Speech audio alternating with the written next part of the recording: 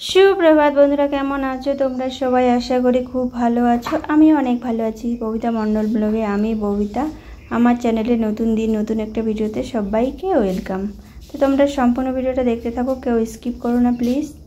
এইমাত্র ঘুম থেকে উঠলাম, আর ঘুম থেকে দেখো এখনও বাইরে বার হইনি। তো ওই যে গেট খুললাম, ঘুম থেকে উঠেই কিন্তু আমি বাইরে বেরোইনি।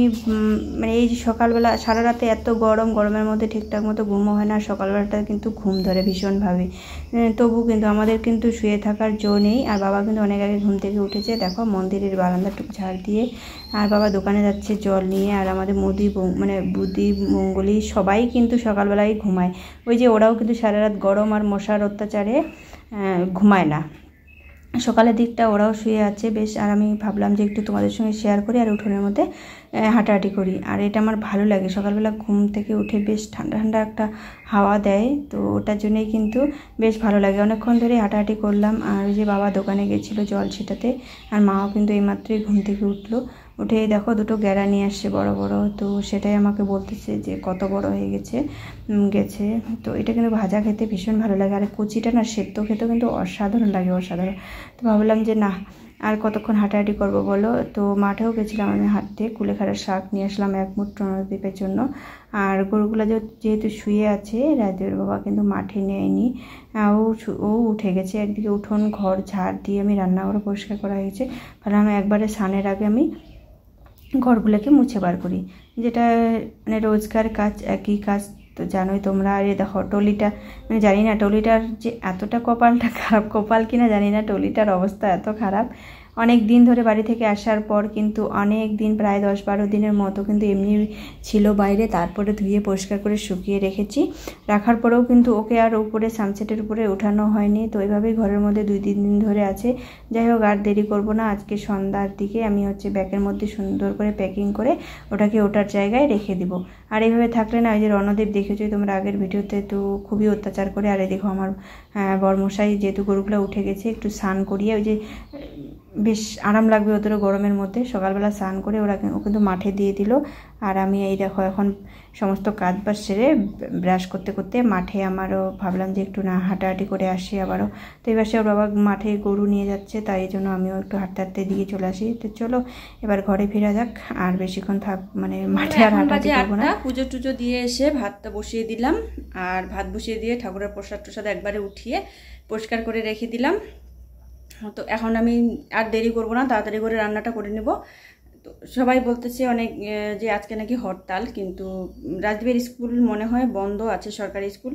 আর রণদ্বীপের যেহেতু প্রাইভেট স্কুল, আর গরমে রৌদ্রু সকালবেলায়, মানে অনেক রোদের তাপ প্রচণ্ড পরিমাণের। আর এই সকালবেলা স্নান করলে না এই কয়েক ঘন্টা ভালো লাগে, তারপরে বিকালবেলা এত গরম লাগে না। বিকালবেলা আবারও ওই ডেলি এই গরমের দিনে 2বার করে স্নান করতে হয়, মানে সন্ধ্যাবেলার আগে আবারও একবার স্নান করে নিই। তোমরা সাথে থাকো, দেখতে থাকো।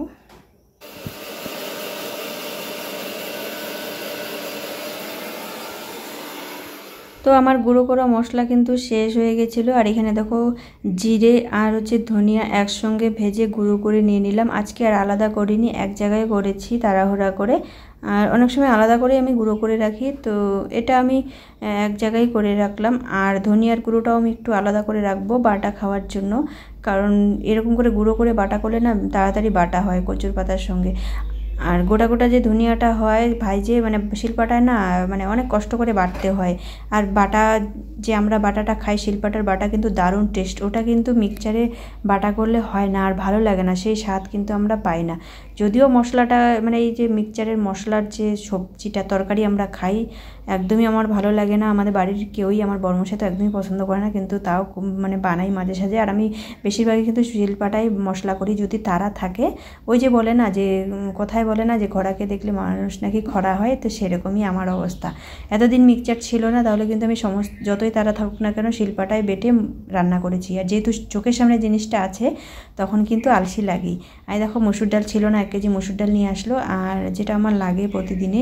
তো বাকিটা আমি রেখে দিলাম, আর একটুখানি মসুর ডাল বসিয়ে দিলাম, যেটা ফোড়ন দিব না, কাঁচা মসুর ডাল, মানে সেদ্ধ করব একটু ঘন করে। তো এটা কিন্তু রাজদীপ রণদীপ দুজনেই খুবই পছন্দ করে ডালটা। একটু লাস্টে মানে কাঁচা সরিষার তেল ছড়িয়ে দেবো, ভীষণ ভালো লাগে ডালটা খেতে। ঘুরতে যাব না, গরু নাড়াই দিব।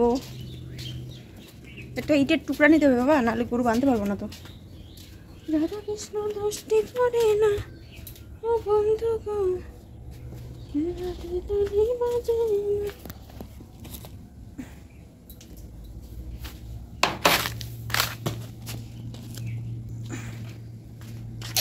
এই দেখো ইটের টুকরা ছোট পেলাম না, বড় বড়, সেটাই নিলাম।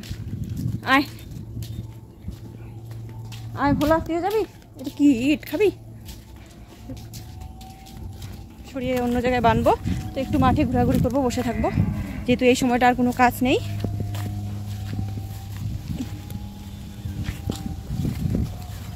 কি সুন্দর হাওয়া বন্ধুরা, খুব সুন্দর হাওয়া ছাড়ছে, এই দেখো খুব সুন্দর হাওয়া।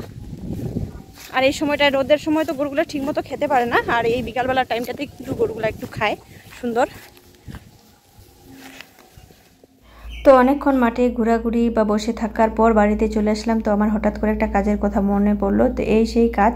তো উনুনটাকে ভালো করে একটু লেপে নিলাম মাটি আর গোবর দিয়ে, কারণ মোটামুটি উনুন তৈরি হয়ে গেছে, আর একটুখানি বাকি, যেহেতু অত তাড়া নেই এই জন্য আস্তে ধীরেই করতেছি। আর এই যে দেখো মুসুর ডালের সেদ্ধ একটু ছিলই, আর এখন ডিমের কষা কষা করে নিলাম। আর এই যে পায়েস দেখতেছো, তো এটা দুধ দিয়ে আমি পায়েস বানাবো বন্ধুরা, কালকে সকালে